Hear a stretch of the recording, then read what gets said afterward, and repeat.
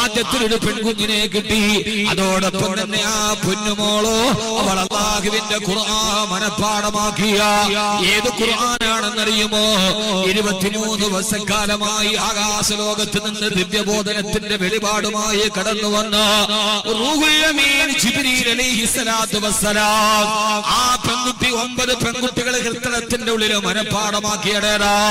അത് നിസ്സാരമാണെന്ന് നിങ്ങൾ കരുതരുതേ. ഈ കുട്ടികളെ ഹാഫിളത്തായി എന്ന് പറഞ്ഞാൽ അവർ ലോകത്തിലെ ഏറ്റവും ഭാരം കൂടിയ വസ്തുവിനെ അവർ ചുമക്കുകയാണ്. ഹാഫിളത്തായി എന്ന് പറഞ്ഞാൽ അതിന്റെ അർത്ഥം ഈ പ്രപഞ്ച ലോകത്തിലെ ഏറ്റവും ഭാരമേറിയ വസ്തുവിനെ തങ്ങളുടെ ചുമലിലേറ്റേറ്റിയവരാണവർ. അല്ലാഹു മനസ്സിലാക്കാനുള്ള ബോധം നൽകട്ടെ.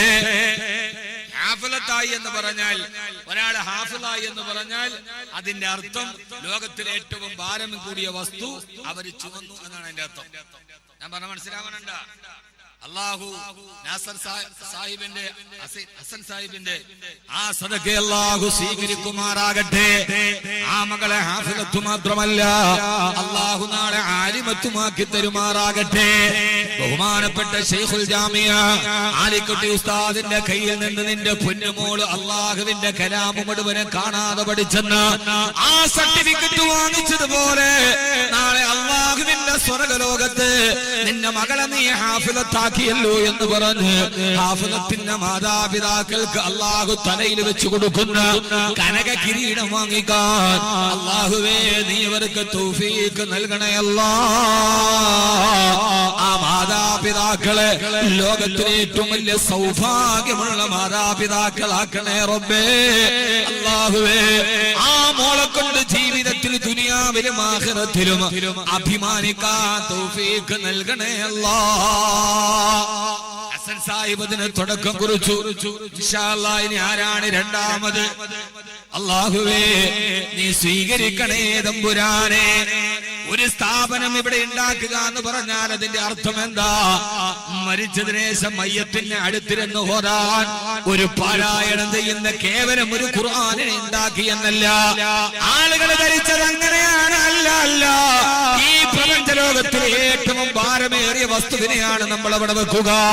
ഈ പ്രപഞ്ചത്തിൽ ഏറ്റവും വലിയ ഭാരമേതിനാണ്? അത് ഭൂമിക്കല്ല, അത് ആകാശത്തിനല്ല, അത് ചന്ദ്രഗോളത്തിനല്ല, അത് നെപ്റ്റ്യൂണിനല്ല. ഈ ലോകത്തിലെ അഖില ലോക ബ്രഹ്മാണ്ഡ ഗതാഗതത്തിലെ ഏറ്റവും ഭാരമേറിയ വസ്തു അത് അല്ലാഹുവിന്റെ വിശുദ്ധ ഖുർആൻ. ഇന്നാ സനുൽഖി അലൈക ഖൗലൻ സഖീലാ. ഇതൊന്നും മുഹമ്മദ് കബീർ വെറുതെ പറയുന്നതല്ല. അല്ലാഹു തന്നെ ഖുർആനിൽ പറഞ്ഞതാണ് നബിയേ, ഇന്നാ സനുൽഖി അലൈക ഖൗലൻ സഖീലാ. ഞാൻ അങ്ങേക്ക് ഏറ്റവും ഭാരമേറിയ വാക്കുകളെ അവതരിപ്പിക്കുകയാണ് നബിയേ. ഖുർആനെ കുറിച്ച് അല്ലാഹു പറഞ്ഞത് ഖൗലൻ സഖീലാ, ഇത് ഏറ്റവും ഭാരമേറിയ വസ്തുവാണ്. ഖുർആനെന്ന് പരിചയപ്പെട്ടോളി. എനിക്ക് സമയമില്ല, എന്നാലും നമ്മൾ വിചാരിച്ചെന്താണെന്നറിയോ? ഇത് അത്ര വലിയ പ്രതിഫലമൊന്നുമില്ല, ഇത് മരിച്ചതിന് ശേഷം ഓതാനുള്ള ഏതോ ഒരു ഖുർആൻ എന്നതിനപ്പുറം നമ്മൾ ഖുർആനിനെ കണ്ടിട്ടില്ല. അല്ല, ഖുർആൻ എന്ന് പറഞ്ഞ ലോകത്തിന്റെ അത്ഭുതമാണ്. ജീവിച്ചിരിക്കുന്നവനും മരിച്ചവനും ഒരേപോലെ വഴികാട്ടാൻ വന്ന ഗ്രന്ഥമാണ് വിശുദ്ധ ഖുർആൻ. അല്ലാഹു ആ ഖുർആനെ സ്വീകരിക്കുമാറാകട്ടെ. ലോകത്തിലെ ഏറ്റവും അന്തം വിട്ടേക്കാതെ ഖുർആൻ എന്ന് പറഞ്ഞാൽ ഇപ്പൊ നമ്മുടെ പെൺമക്കളെ ഹാഫിളത്തായി. അവര് ലോകത്തിലെ ഏറ്റവും ഭാരമേറിയ വസ്തുവിനെയാണ് അവര് നെഞ്ചിൽ വെച്ചത്. അതുകൊണ്ടാണ് ഖുർആനിനെ അവതരിപ്പിക്കാൻ അല്ലാഹു ജിബ്രീൽ അലൈഹിസ്സലാത്തു വസ്സലാമിനെ ഏൽപ്പിച്ചത്. മീകായിലല്ല, ഇസ്രാഫീലുണ്ട്, അസ്രാഫീലുണ്ട്, മുൻകറുണ്ട്, നക്കീറുണ്ട്. ഇവരെ ഒന്നും ഏൽപ്പിക്കാതെ അല്ലാഹുവിന്റെ കലാമിനെ അല്ലാഹുവിന്റെ റസൂൽ സല്ലല്ലാഹു അലൈഹി വസല്ലമയിലേക്ക് എത്തിക്കാനുള്ള ജോലി അല്ലാഹു ഏൽപ്പിച്ചതാരെയാ? എന്തുകൊണ്ട്? മലക്കുകളിൽ ഏറ്റവും ശക്തിമാൻ ജിബ്രീൽ അലൈഹിസ്സലാത്തു വസ്സലാം. ഇത്രയും ഭാരമേറിയ ഒരു വസ്തു ആകാശലോകത്തുനിന്ന് കൊണ്ടുവന്ന് കൊടുക്കണമെങ്കിൽ അത് ജിബ്രീലിനെ കഴിയുള്ളൂ. കാരണമാരാ? ജിബ്രീൽ അലൈഹിസ്സലാത്തു വസ്സലാം നസല ബിഹി റൂഹുൽ അമീൻ. ഈ ഖുർആൻ അവതരിപ്പിച്ചത് ജിബ്രീലാണ്. എന്തുകൊണ്ട് ഖുർആനിന് വലിയ ഭാരമാണ്? കാരണം എന്താ? ആദരവായ പ്രവാചകൻ നബി മുഹമ്മദ് മുസ്തഫ സല്ലല്ലാഹു അലൈഹി വസല്ലമയുടെ പ്രിയപ്പെട്ട ഭാര്യ ആയിഷ റളിയല്ലാഹു തആല ഖുർആൻ അവതരിപ്പിക്കപ്പെടുന്ന അവസ്ഥ വിശദീകരിക്കുന്നുണ്ട്. അല്ലാഹുവിന്റെ പ്രവാചകൻ എന്റെ മടിയിൽ കിടക്കവേ ആകാശ ലോകത്ത് നിന്നൊക്കെ സൽസലത്തിൽ ജറസി മണിനാദം മുടങ്ങുന്നത് പോലെയാണ് ഖുർആൻ അവതരിപ്പിക്കുന്നത്. അല്ലാഹുവിന്റെ റസൂലിന് ഖുർആനുമായി ജിബ്രീൽ വരുമ്പോ ഹബീബായ നബി തങ്ങളുടെ നെറ്റിത്തടം വിയർക്കാൻ തുടങ്ങും. അല്ലാഹുവിന്റെ റസൂലിന്റെ ശരീരത്തിന് ഭാവവ്യത്യാസമാണ്. എന്റെ മടിയിലാണ് നബി തങ്ങൾ കിടക്കുന്നതെങ്കിൽ ഖുർആൻ അവതരിപ്പിക്കപ്പെടുമ്പോ ആ സമയത്ത് എന്റെ ശരീരത്തിലേക്ക് വലിയൊരു ഭാരം വന്നിട്ട് ഹബീബായ നബി തങ്ങളുടെ ശരീരത്തിന്റെ ഭാരം വർദ്ധിച്ചിട്ട് എന്റെ തുടയെല്ല് പൊട്ടിപ്പോകുമോ എന്ന് ഞാൻ ഭയപ്പെട്ടു പോയി. ആരാ പറയുന്നത്? ബഹുമാനപ്പെട്ട ബീവി ആയിഷ റളിയല്ലാഹു തആല അൻഹാ. ഭാരം വർദ്ധിച്ച് എന്റെ തുടയെല്ല് പൊട്ടിപ്പോകുമോ എന്ന് ഞാൻ ഭയപ്പെട്ടു പോയി. അത്രയേറെ ഭാരമായിരുന്നു ആ സമയത്ത് മുത്ത് റസൂൽ സല്ലല്ലാഹു അലൈഹി വസല്ലമയ്ക്ക്. കാരണം എന്താ? ഇന്നാ സനുൽഖി അലൈക ഖൗലൻ സഖീലാ. ഏറ്റവും ഭാരമേറിയ വസ്തുവിനെയാണ് നിങ്ങൾക്ക് ഞാൻ നൽകിയിട്ടുള്ളത്. അതുകൊണ്ടാണ് ശക്തിമാനായ ജിബ്രീൽ അലൈഹിസ്സലാത്തു വസ്സലാമിന്റെ ശക്തി എത്രയാ? ലൂത്ത് നബി അലൈഹിസ്സലാത്തു വസ്സലാമിന്റെ സമൂഹത്തെ നശിപ്പിക്കാൻ പോകുമ്പോ അവിടെ ചെന്നിട്ട് തന്റെ ചിറക് വിരിച്ചിട്ട് ആ ചിറകങ്ങ് താഴേക്ക് കുത്തിയിറക്കി ആ ചിറകിൽ ഇങ്ങനെ ആ ഒരു നാടിനെ മുഴുവനും ഒരൊറ്റ ചിറകിൽ പൊക്കിയെടുത്ത ദോശ ചട്ടുകം കൊണ്ട് മറിച്ചെടുക്കുന്നത് പോലെ ആ നാടിനെ മുഴുവനും ഒരു കൈ കൊണ്ടൊരു ചിറക് കൊണ്ട് എടുത്തിട്ട് നേരെ മുകളിലോട്ട് പൊക്കി വെറുതെ എടുത്ത് മറിച്ചിടുകയല്ല. ആ ഒരു പ്രദേശത്തെ മുഴുവനും ജിബ്രീൽ അലൈഹിസ്സലാത്തു വസ്സലാം ഒറ്റ ചിറകിൽ മേപ്പോട്ടുയർത്തി. എത്രത്തോളം പൊക്കിയെന്നറിയുമോ?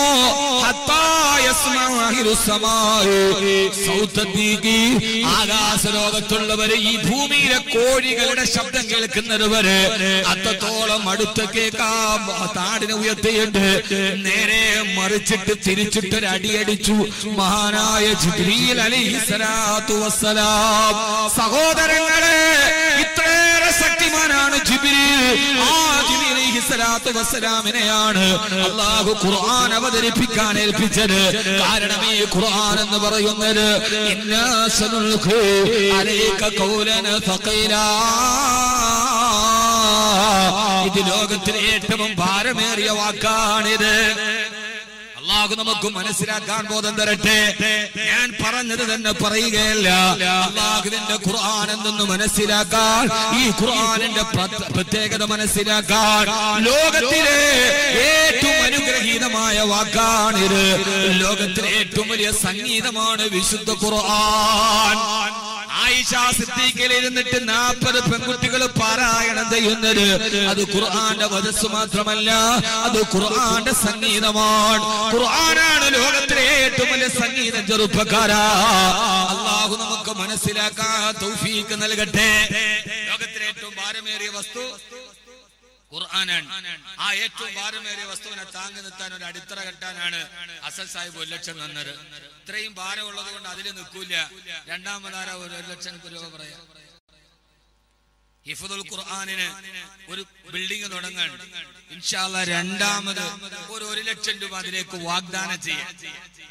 സന്തോഷം. ഇത് രണ്ടും നടക്കണം. പ്രസംഗം നടക്കണം, ഇത് നടക്കണം. മരിച്ച ഉപ്പാന്റെ ഉമ്മാന്റെ ജേട്ടൻ പെങ്ങന്മാർ ഇവർക്ക് വേണ്ടി ദുആ ചെയ്യാൻ സംഭാവന 1 ലക്ഷം രൂപ. പേര് പറയണ്ട. മാഷാ അല്ലാഹ്. ഖുലു തക്ബീർ. ഉറക്കെ പറയുന്ന അല്ലാഹു സ്വീകരിക്കുമാറാകട്ടെ. ഇത് ഞാൻ ഇതിന്റെ ഇടയിൽ ഞാൻ ചോദിക്കും, എന്റെ പ്രസംഗവും നടക്കും, രണ്ടും ഒന്നിച്ച് നടക്കും. ഇതൊരു വലിയൊരു ഞാണുമേക്കളെ പാടക്കണം. 11 മണിക്ക് പോലെ ഞാൻ തിരുവനന്തപുരത്ത് എത്തുള്ളൂ. പക്ഷെ എനിക്കിത് പങ്കെടുക്കണം. കാരണം ഞാൻ 17 വർഷം കൊണ്ട് വാദ് പറയുന്ന ഖുർആനെ കുറിച്ചാണ്. ഇന്നേ വരെ ഹാഫിലിനെ കുറിച്ച് പറയാത്തൊരു വാള് ഞാനില്ല, എന്റെ ജീവിതത്തിലില്ല. അതാണ് എന്റെ ഏറ്റവും വലിയ അഭിമാനവും. അള്ളാഹു സ്വീകരിക്കുമാറാകട്ടെ. മരിച്ചുപോയ ഉപ്പാന്റെ ഉമ്മാന്റെ ജേഷ്ഠൻ പെങ്ങന്മാർ ഇവർക്ക് വേണ്ടി ദുആ ചെയ്യാൻ ഒരു മകനാണ് സദഖ ചെയ്തത്. പൊന്നുമോനെ, നീ നിന്റെ ഉപ്പാക്കുമ്മാക്ക് വേണ്ടി ഏറ്റവും നല്ലതാണ് ചെയ്തത്. 40ഓളം പെൺമക്കൾ അവിടെ ഇരുന്ന് ഖുർആൻ ഓതുമ്പോ അതിന്റെ ഓരോ ഹർഫിന്റെയും പ്രതിഫലം അല്ലാഹുവേ ആ മരണപ്പെട്ടുപോയ മാതാപിതാക്കളുടെ സഹോദരങ്ങളുടെ പെങ്ങന്മാരുടെ ഖബറിടത്തിലേക്ക് എത്തിക്കണേ അല്ലാഹ്. അലിഫ് ലാം മീം എന്നോദിയാൽ 90 നന്മയാണ്. ഓരോ ദിവസവും എത്രയോ നന്മകൾ അവരുടെ ഖബറിടത്തിലേക്ക് നീ എത്തിച്ചു കൊടുക്കണേ തമ്പുരാനെ. അവിടെ ഇരുന്നു കൊണ്ട് അല്ലാഹുവേ ഞാൻ എന്റെ മകനെ വളർത്തിയിട്ട് അത് വെറുതെ ആയില്ലല്ലോ അല്ലാ എന്ന് വിചാരിച്ചിട്ട് മക്കളുടെ ഖുർആൻ ഓതുമ്പോ അവരുടെ ഖബറിൽ എന്ത് അവസ്ഥയാണോ അത് നീ മാറ്റി കൊടുക്കണേ അല്ലാ. പടച്ചവനെ, അവരുടെ ഖബർ നീ പ്രകാശപൂരിതമാക്കണേ അല്ലാഹുവേ. ആ സദഖ ചെയ്ത മകന്റെ മക്കള് ഇതിന്റെ ബറക്കത്ത് കൊണ്ട് ഹാഫിളീങ്ങളാക്കണേ അല്ലാ, ഹാഫിളീങ്ങളാക്കണേ അല്ലാ. എല്ലാവിധ പ്രയാസത്തിൽ നിന്ന് രോഗത്തിൽ നിന്ന് നീ കാത്തുരക്ഷിക്കണേ തമ്പുരാനെ. അല്ലാഹു സ്വീകരിക്കുമാറാകട്ടെ. മൂന്നാമത്തെ ചിന്തിക്കാനൊന്നും പാടില്ല. 1 ലക്ഷത്തിന് കൊടുത്താൽ 30 ലക്ഷം കൊടുത്ത പ്രതിഫലമാണ്. 1 ലക്ഷം റുപ്യ. മൂന്നാമത്തെ ആൾ പെട്ടെന്ന് ഞാൻ എന്റെ വിഷയത്തിന്റെ ഇടയിൽ ഇതിന്റെ ഇടയിൽ അങ്ങനെ പോവുകയും ചെയ്യും. ഖുർആൻ എന്നത് ലോകത്തിന്റെ ഏറ്റവും വലിയ മാസ്മരിക സംഗീതമാണ്.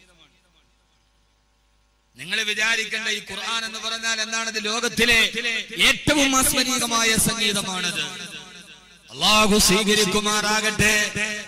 ഏത് സംഗീതം? ഇപ്പൊ നമ്മൾ ഒരു പാട്ട്, സിനിമാ പാട്ട് നമുക്ക് ഇഷ്ടമാണ്, അല്ലെങ്കിൽ ഗാനം നമുക്ക് ഇഷ്ടമാണ്. ഇതിനിടയിൽ മൂന്നാമത്തെ ആള് പെട്ടെന്ന് പറയണേ 1 ലക്ഷം.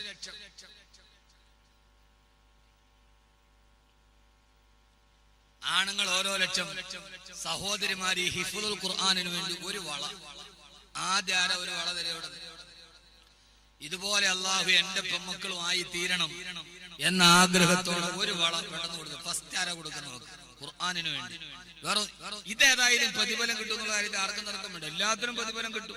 ഇതിനെല്ലാത്തിനേക്കാൾ ഇരട്ടി കിട്ടും. കാരണം അലിഫ് എന്നോദിയാൽ 30 നന്മയാണ്, ലാം എന്നോദിയാൽ 30 നന്മ, മീം എന്നോദിയാൽ 30 നന്മ, 90 നന്മ അലിഫ് ലാം മീം നോദിയാൽ തന്നെ കിട്ടും.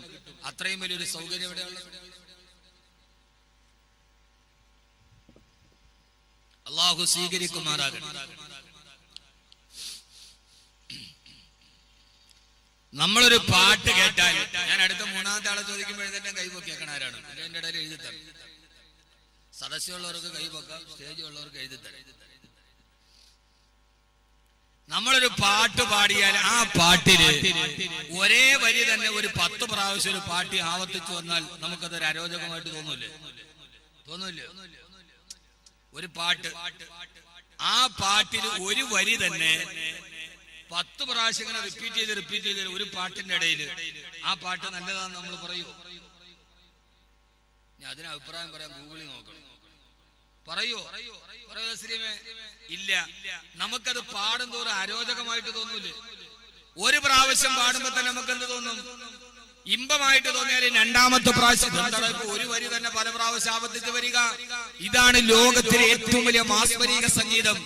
അത് ലോകത്തിന്റെ മാസ്മരിക സംഗീതജ്ഞനായ ബിഥോവനാവട്ടെ, ബിഥോവന്റെ മൂൺലൈറ്റ് ഓഫ് സാറ്റ ലോകത്തിലെ വലിയ സംഗീത ആൽബമാണ്. അതിനകത്ത് തന്നെ 2 പ്രാവശ്യം ആവർത്തിച്ചു വന്നാൽ 5 മിനിറ്റ് കൊണ്ട് തന്നെ ഒരു ഇമ്പമാന ഗാനമുണ്ടാക്കിയ മലയാളത്തിന്റെ ഗാനരചയിതാവാണ് മരിച്ചുപോയ ഗിരീഷ് പുത്തഞ്ചേരി. 5 മിനിറ്റ് കൊണ്ട് അദ്ദേഹം മലയാളത്തിന്റെ ഹിറ്റ് ഗാനമുണ്ടാക്കിയെന്നാണ് അദ്ദേഹത്തെ കുറിച്ച് പറയുന്നത്, അദ്ദേഹത്തിന്റെ ജീവിതചരിത്രത്തിൽ. ഞാനൊന്ന് ചോദിക്കട്ടെ സഹോദരങ്ങളെ, എത്ര വലിയ മാസ്മരികമായ സംഗീതമാകട്ടെ നമ്മുടെ മനസ്സുകളെ, നമ്മുടെ ഹൃദയങ്ങളെ പിടിച്ചുലക്കുന്ന ഏതൊക്കെ മാസ്മരികമായ സംഗീതമാവട്ടെ, ഒരു വരി തന്നെ പല പ്രാവശ്യം ആവർത്തിച്ചു വന്നാൽ അതോടെ നമുക്കിതിനോട് വിരസത തോന്നുമല്ലോ.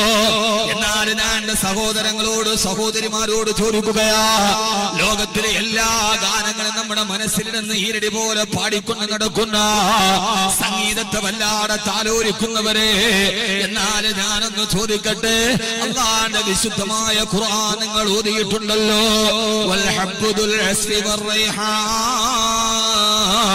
ഫബിഅയി ആലാഇ റബ്ബികുമാ തുകذിബാൻ ഖലഖൽ ഇൻസാന മിൻ صلصال كالفخار وخلق الجان من مارج من نار فبأي آلاء ربكما تكذبان مرج البحرين يلتقيان بينهما برزخ لا يبغيان فبأي آلاء ربكما تكذبان. രണ്ട് പേജ് മാത്രം വരുന്ന ഒരു സൂറത്തിന്റെ ഉള്ളിൽ 33 പ്രാവശ്യം ആവർത്തിച്ച് കേട്ടിട്ട് ഫബിഅയി ആലാഇ റബ്ബികുമാ തുകذിബാൻ. ഒരു ചെറിയ സൂറത്തിന് 31 പ്രാവശ്യമാണ് ആവർത്തിച്ച് വരുന്നത്. പക്ഷേ ഇതേവരെ ആ ആയത്തൊന്ന് ആവർത്തിച്ച് വന്നിട്ട് ഇതേവരെ നമുക്ക് വിരസത തോന്നിയിട്ടില്ലല്ലോ, ഇതേവരെ നമുക്ക് അനിഷ്ടം തോന്നിയിട്ടില്ലല്ലോ, ഇതേവരെ നമുക്ക് അലോസരത തോന്നിയിട്ടില്ലല്ലോ.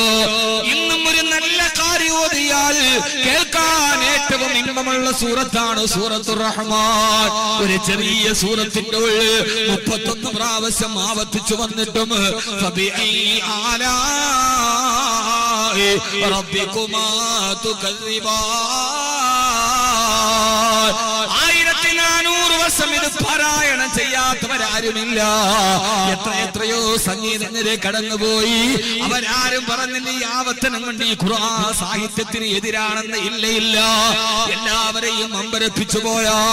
അതേപോലെ എത്ര ആയത്തുകൾ അലം നുഹ്ലികിൽ അവ്വലീൻ തുമ്മ നുത്ബിഹുമുൽ ആഖിരീൻ കദാലിക നഫഅലു ബിൽ മുജ്രിമീൻ വൈലു യൗമൈദിൽ മുകذിബീൻ വൈലു യൗമൈദിൽ മുകذിബീൻ. എത്രയോ പ്രാവശ്യമാണ് ഒരു ചെറിയ സൂറത്തിൽ ആവർത്തിച്ചു വന്നത്. ഇതേവരെ കാതുകൾക്ക് വിരസതയില്ലല്ലോ, കാതുകൾക്ക് അലോസരതയില്ലല്ലോ. ലോക ചരിത്രത്തിലെ ഏറ്റവും വലിയ സംഗീതമാണ് വിശുദ്ധ ഖുർആൻ. നമ്മൾ മലയാള കവിത പാടുമ്പോൾ നമ്മൾ പഠിച്ചിട്ടുണ്ടല്ലോ കവിതയുടെ കാവ്യഭംഗി. നിങ്ങളൊന്ന് ഖുർആൻ വായിച്ചു നോക്ക്. ഓരോ കവിതകൾക്കും ഓരോ വൃത്തങ്ങളുണ്ട്, ഓരോ അതിനേതായ നിയമങ്ങളുണ്ട്. അതൊന്നും ഞാനിവിടെ പറയുന്നില്ല. ഉപമയും ഉൾപ്രേക്ഷയും ഒക്കെ കവിതകളുടെ വൃത്തങ്ങളാണ്. മറ്റൊന്നിന് ധർമ്മയോഗത്താൽ അതുതാനല്ലയോ ഇത് എന്ന് പറഞ്ഞാശങ്ക ഉൾപ്രേക്ഷ കാലങ്കൃതി ഇത് കവിതയുടെ വൃത്തങ്ങളാണ്, ഉൾപ്രേക്ഷയൊക്കെ. പക്ഷേ ഖുർആനിന്റെ വൃത്തം കണ്ടുവോ നിങ്ങൾ? ആദ്യത്തെ വരി എങ്ങനെ അവസാനിച്ചോ അതേപോലെ രണ്ടാമത്തെ വരിയും അവസാനിക്കണം. ഇത് കവിതയുടെ നിയമമാണ്. അല്ലാഹുവിന്റെ ഖുർആൻ പറയുന്നു വമാ ഹുവ ബിഖൗലി ശാഇർ. ഈ ഖുർആൻ ഒരു കവിയുടെ വാക്യങ്ങളല്ല, ഇതൊരു കവിയുടെ കവിതയല്ല. വമാ അല്ലംനാഹു ശിഅർ. എന്റെ ദാസനായ മുഹമ്മദ് നബിയെ ഞാനൊരു കവിത പഠിപ്പിച്ചിട്ടുമില്ല. ഇതൊരു കവിയുടെ വാക്കല്ല, എന്റെ ദൂതരെ ഞാൻ കവിത പഠിപ്പിച്ചിട്ടുമില്ല.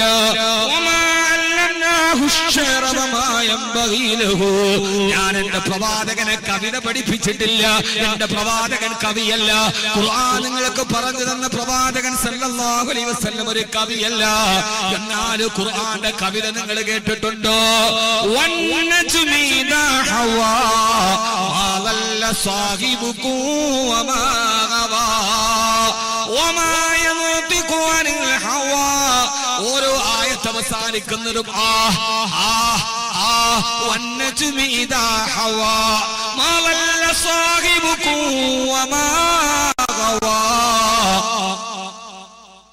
ما ضل صاحبكم وما غوى وما ينطق عن الهوى إن هو إلا وحي يوحى علمه شديد القوى.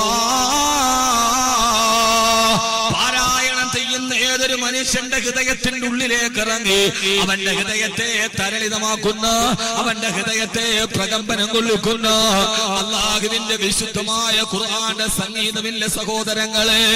ആ സംഗീതമാണ് ലോകത്തിന്റെ ഏറ്റവും വലിയ സംഗീതം. അല്ലാഹുവേ, ചോദിപ്പിച്ച തന്നെ ഒരു സഹോദരി കയ്യിൽ കിടന്ന സ്വർണ്ണ വള ഊരി തന്നു. 2 സഹോദരിമാര് 2 സ്വർണ്ണ മോതിരം. അല്ലാഹുവേ, ഇതിന് പകരം നീ നാളെ ഖബറിൽ കിടക്കുമ്പോ മുൻകറിന്റെയും നക്കീറിന്റെയും ഭീമാകാരമായ ചോദ്യങ്ങൾ ചോദിക്കുമ്പോ ആ സമയത്ത് നീ ഭീമാകാരമായ ചോദ്യമല്ല, ഖബറിൽ കിടന്ന് ഖുർആന്റെ സംഗീതം കേൾക്കാൻ ഈ വള ഊരി തന്ന സഹോദരിക്ക് നീ തൗഫീഖ് നൽകണേ അല്ലാഹ്. ഏത് കയ്യിലാണോ ഈ സ്വർണ്ണ വള കിടന്നത്, നീ ആ ശരീരത്തെ മാരക രോഗത്തിൽ നിന്ന് കാക്കണേ അല്ലാഹ്. ആ ഉമ്മാന്റെ പൊന്നുമക്കളെ ഖുർആൻ മുഴുവൻ ഹാഫിളത്തായി 40 പേരെ ശുപാർശ ചെയ്യാം ഒരു ഹാഫിളിന് സ്വർഗത്തിലേക്ക്. അല്ലാഹുവേ, ഉമ്മാന്റെ ഈ വള കിടന്ന കയ്യിൽ പിടിച്ച് സ്വർഗത്തിലേക്ക് ഉമ്മാനെ ഉപ്പാനെ കൂട്ടിക്കൊണ്ടുപോകുന്ന പൊന്നുമക്കളാക്കി കൊടുക്കണേ അല്ലാഹ്. തരി സഹോദരിമാരെ ഓരോ സ്വർണ്ണ വളകൾ, ആ 2 സ്വർണ്ണ മോതിരം എന്ന സഹോദരിമാർ, അല്ലാഹുവേ, അവർക്ക് നീ സ്വർഗത്തിന്റെ സ്വർണ്ണാഭരണം നൽകണേ തമ്പുരാനെ, നൽകണേ തമ്പുരാനെ. അല്ലാഹുവേ, ജീവിതത്തിലൊരു പ്രയാസവും വരുത്തല്ലേ അല്ലാഹ്. അതുകൊണ്ട് സഹോദരങ്ങളെ, ഖുർആന്റെ സംഗീതത്തിലേക്ക് വഴി തുറക്കുക. അല്ലാഹു കബൂലാക്കുമാറാകട്ടെ. പേര് പറയാൻ ആഗ്രഹിക്കാത്ത ഒരു സ്ത്രീയാണ് ആ വളർന്നത്. മക്കള് സാലിഹീങ്ങളാവാൻ, ഹാഫിളീങ്ങളാവാനും ആ മക്കളെ നീ സാലിഹീങ്ങളാക്കണേ അല്ലാഹ്, ഹാഫിളീങ്ങളാക്കണേ അല്ലാഹ്. ഉമ്മാക്ക് ഉപ്പാക്ക് കൺകുളിർമേകുന്ന പൊന്നു മക്കളാക്കി കൊടുക്കണേ അല്ലാഹ്. ആ ഖുർആന്റെ സംഗീതം ഖബറിൽ കേൾക്കാൻ തൗഫീഖ് നൽകണേ റബ്ബേ. അതിനുവേണ്ടി മൂന്നാമതാരാണ് ആ ഖുർആന്റെ സംഗീതത്തിന് വേണ്ടി നാളെ ഖബറിൽ ആ ഖുർആൻ കേട്ട് കിടക്കാൻ മൂന്നാമതാരാണ്? ഒരു 1 ലക്ഷം രൂപ കൂടി വാഗ്ദാനം ചെയ്യുക ഈ സ്ഥാപനത്തിന് വേണ്ടി. അല്ലാഹു സ്വീകരിക്കുമാറാകട്ടെ. ആരാണോ സന്നദ്ധതയോടെ മൂന്നാമതൊരാൾ ഇൻഷാ അല്ലാഹ് ആരാ പറയാ 1 ലക്ഷം രൂപ ഒന്ന് വാഗ്ദാനം ചെയ്യാൻ? എല്ലാരും റഷീദ്, നിങ്ങളില്ലെങ്കിൽ പിന്നെ ഞാനിനി ചോദിക്കൂല. ആദ്യം വായിച്ച 2 പ്രാവശ്യം വായിച്ച പിന്നെ ഒരു വളങ്ങളും നിങ്ങൾ കണ്ടുവരും. അല്ലാഹു നമ്മളെ സ്വീകരിക്കുമാറാകട്ടെ. പണം അല്ലാഹു നൽകുന്ന അനുഗ്രഹമാണ്, സന്താനങ്ങളും അല്ലാഹു നൽകുന്ന അനുഗ്രഹമാണ്. പക്ഷേ അതിനെ നാം നന്മയുടെ വഴിയിലൂടെ ചെലവഴിക്കണേ. അല്ലാഹു നമ്മളെ സ്വീകരിക്കുമാറാകട്ടെ.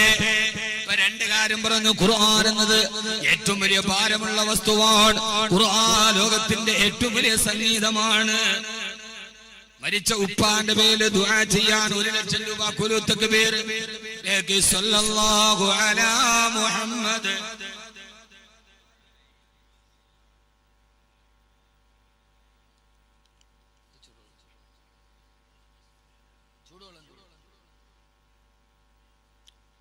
അല്ലാഹുവേ, നീ സ്വീകരിക്കണേ അല്ലാഹ്. ആ മരണപ്പെട്ടു പോയ ഉപ്പാന്റെ ഖബറിനെ നീ വിശാലമാക്കണേ അല്ലാഹ്. ആ പ്രിയപ്പെട്ട മകനെ ഹിഫ്ളുൽ ഖുർആനിന് വേണ്ടി ചെയ്ത സദഖ നീ അതിന് കാരണമാക്കണേ തമ്പുരാനെ, കാരണമാക്കണേ അല്ലാഹ്. പടച്ചവനെ, പ്രയാസങ്ങൾ മാറ്റണേ അല്ലാഹ്. നന്മ നൽകി അനുഗ്രഹിക്കണേ അല്ലാഹ്. സയ്യിദനാ മുഹമ്മദിൻ വാലിഹി വസഹ്ബിഹി അജ്മഈൻ. അല്ലാഹു നമ്മളെ ഖുർആനിനെ സ്നേഹിക്കുന്ന മുത്തഖീങ്ങളിൽ അല്ലാഹു നാം ഏവരെയും ഉൾപ്പെടുത്തി അനുഗ്രഹിക്കുമാറാകട്ടെ.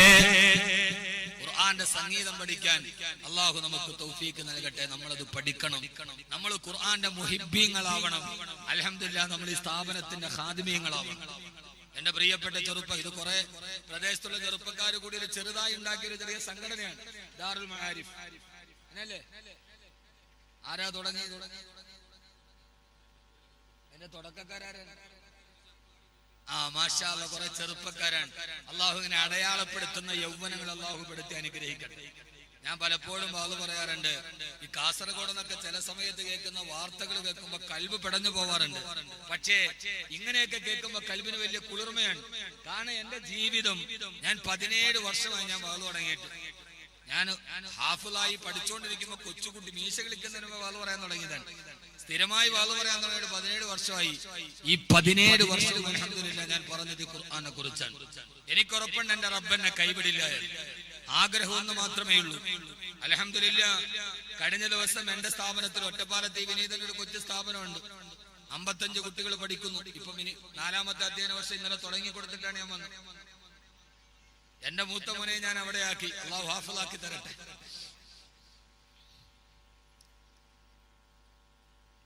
വാക്കവിയുടെ വാല് കേട്ടിട്ട് 100 കണക്കിന് കുട്ടികൾ ഹാഫിളാവാൻ പോയിട്ട്.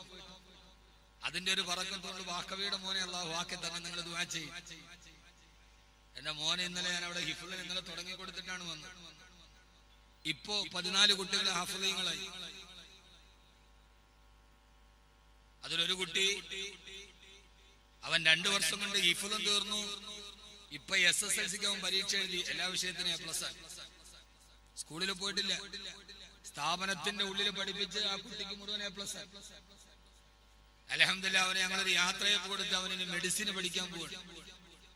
അവന്റെ ആഗ്രഹം മെഡിസിനാണ്. അപ്പോഴാണ് ഞാൻ പറഞ്ഞതുപോലെ അവനൊരു ഹാഫിളായ ഡോക്ടറാവും. അതുകൊണ്ട് നമ്മുടെ കുട്ടികളെ ബാല്യത്തിൽ തന്നെ ഖുർആന്റെ അടിത്തറയിൽ നമ്മുടെ ചിന്ത കുട്ടികളെ ഹാഫിളാക്കാൻ വിട്ടാലും പിന്നെ അവന് ദുനിയാവ് കിട്ടൂലെന്നാണ്. ആ പൊന്നുമോൻ അവൻ ഹിഫ്ള് തീർന്നു. ഇപ്പൊ 10ാം ക്ലാസ്സിലെത്തി. 10ാം ക്ലാസ് അവൻ എഴുതി. Full A+ മാർക്കാൻ.